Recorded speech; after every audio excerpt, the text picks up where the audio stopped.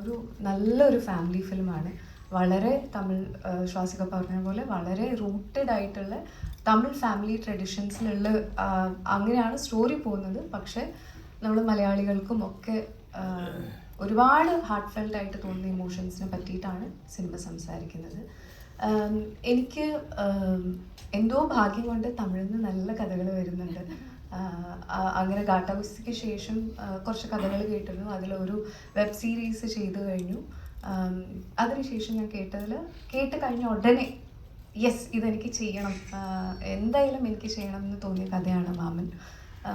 എനിക്കതിൽ വർക്ക് എന്ന് പറയാൻ, ഞാനൊരു ന്യൂക്ലിയർ ഫാമിലിയിൽ നിന്ന് വരുന്നത്. ഞാൻ അച്ഛനമ്മ ഞങ്ങൾ 3 പേരേ ഉള്ളൂ ഫാമിലിയിൽ. എനിക്കൊരു കൂട്ടുകുടുംബം എങ്ങനെയാണ് ഫങ്ഷൻ ചെയ്യണത്, ഇങ്ങനെയുള്ള കാര്യങ്ങൾ കണ്ടറിയുന്നതേ ഉള്ളൂ. എൻ്റെ ഫ്രണ്ട്സ് പറയുന്ന കസിൻസിൻ്റെ ഗ്രൂപ്പ്, ഫാമിലി ഗ്രൂപ്പ്, ഞാൻ എൻ്റെ വീട്ടിലൊക്കെ ഫാമിലി ഗ്രൂപ്പൊക്കെ സ്റ്റാർട്ട് ചെയ്ത് നോക്കി. അച്ഛനെ എക്സിറ്റ് ചെയ്തു പോയി. കാരണം 3 പേര് മാത്രമേ ഉള്ളപ്പോൾ എന്തിനാ ഗ്രൂപ്പ് എന്നുള്ളൊരു ചോദ്യമാണ് എൻ്റെ വീട്ടിലൊക്കെ ഉണ്ടായിട്ടുള്ളത്.